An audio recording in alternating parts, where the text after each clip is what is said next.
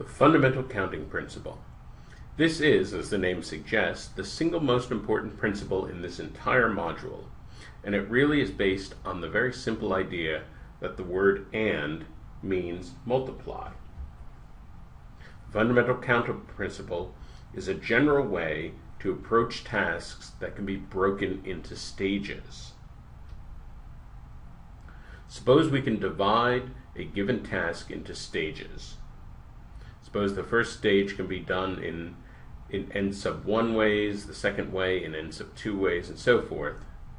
The total number of ways to do the task will simply be the product of all these numbers. So the number of ways we can do it in the first stage times the number of choices we can make in the second stage times the number of choices we make in the third stage, etc. We just find the product. Very simple. This is the fundamental counting principle. So I realize this is very abstract. Now I'm going to show a few examples. So, for a formal dinner, guests have the choice of one of 4 salads, so a choice of 1 of 4, 1 of 5 appetizers, 1 of 12 entrees, and 1 of 4 desserts. And so the whole idea is that at any particular dinner chosen, you'll get a salad, an appetizer, an entree, and dessert. So of the meals like that, how many different possible meals are there? Well, the fundamental counting principle is perfect here because we're in stages. We can treat each course separately, and there's no restrictions here. In other words, any salad can go with any appetizer, they can go with any entree, so there's no restriction at all. So we can just simply multiply the numbers. That's what the fundamental counting principle tells us. So the number of ways to do this would be 4 times 5 times 12 times 4. Well, 4 times 5, of course, is 20. Then multiply by that other 4, that's 80. Well, 8 times 12 is 96, so 80 times 12 would have to be 960. That's the answer. Suppose we have 6 different books that we will place on a shelf. In how many different orders can we place these books? Well, think about it this way.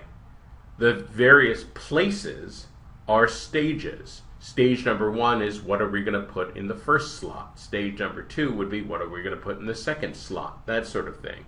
Well, in the first slot, I have 6 choices.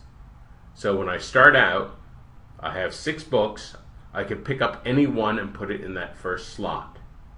Now here's the tricky part. For the second slot, I've already picked a book. And so that first book is already sitting in the first slot. So when I go to make that choice for the second slot, I have 5 choices left. There are still 5 books available that I could put in that second slot. And so forth on each choice. On each stage, there are fewer choices that I'll have because books have already been put in the slot.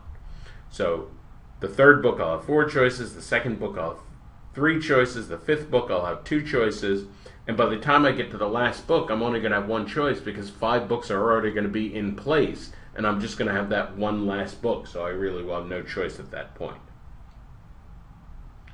And so n will be 5 times 4 times 3 times 2 times 1. Now we can simplify this a little bit. The 3 times 2 is 6, the 5 times 4 is 20,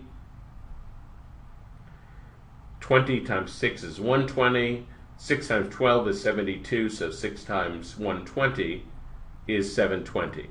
And that's how many different orders, that's the number of different orders in which we can put these books. Notice that in arranging any 6 different items in order, the total number of orders is the product of 6 and every positive integer less than it. So that would be 720 orders for any 6 distinct different items with no restrictions. And in general, if we have to arrange n different items in order, the total number of orders is the product of n times every positive integer less than n. We will formalize this in a couple lessons when we discuss factorials. So just keep this in the back of your mind right now. We'll talk about this more formally, and we'll have a special notation for it in a couple lessons. Here's a practice problem. Pause the video, and then we'll talk about this. Okay. A small division of a company with 25 employees will choose a 3-person steering committee consisting of a facilitator, a union rep, and a secretary.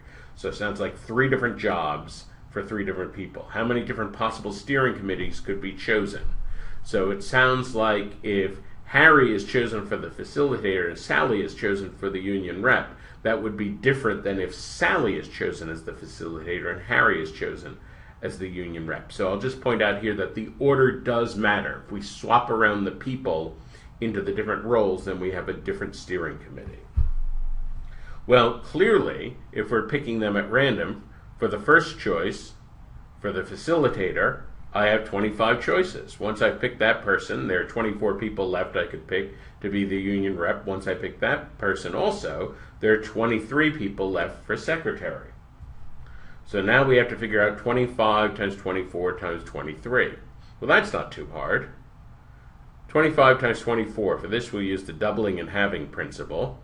Half of 24 is 12, double of 25 is 50, use the halving and doubling principle again. Half of 12 is 6, so we get 6 times 100, that's 600. So now we just have to do 600 times 23. Well, let's think about 6 times 23. 6 times 23, that's not too bad, because I know 6 times 20 is 120, and 6 times 3 is 18. Well, 20 plus 18, that's 138. Now just tack on the last 2 zeros, 13,800. So there are 13,800 different possible steering committees that could be chosen. So notice that, as we're kind of seeing a pattern here with counting problems. We only have a company with 25 employees, but as soon as we start looking at different orders of doing things, we get very, very large numbers. Some of the largest numbers in mathematics come from combinatorics. In summary, the fundamental counting principle says that if the first stage can be done in n one ways, the second can be done in n 2 ways, then the complete task can be done. It's just the product of the number of ways, the number of choices we have in each stage. That's the fundamental counting principle. If we have to arrange a set of n different items in order, the number of possible orders is the product of n times all the positive integers less than n. And again, we'll formalize that with a special notation in a couple lessons.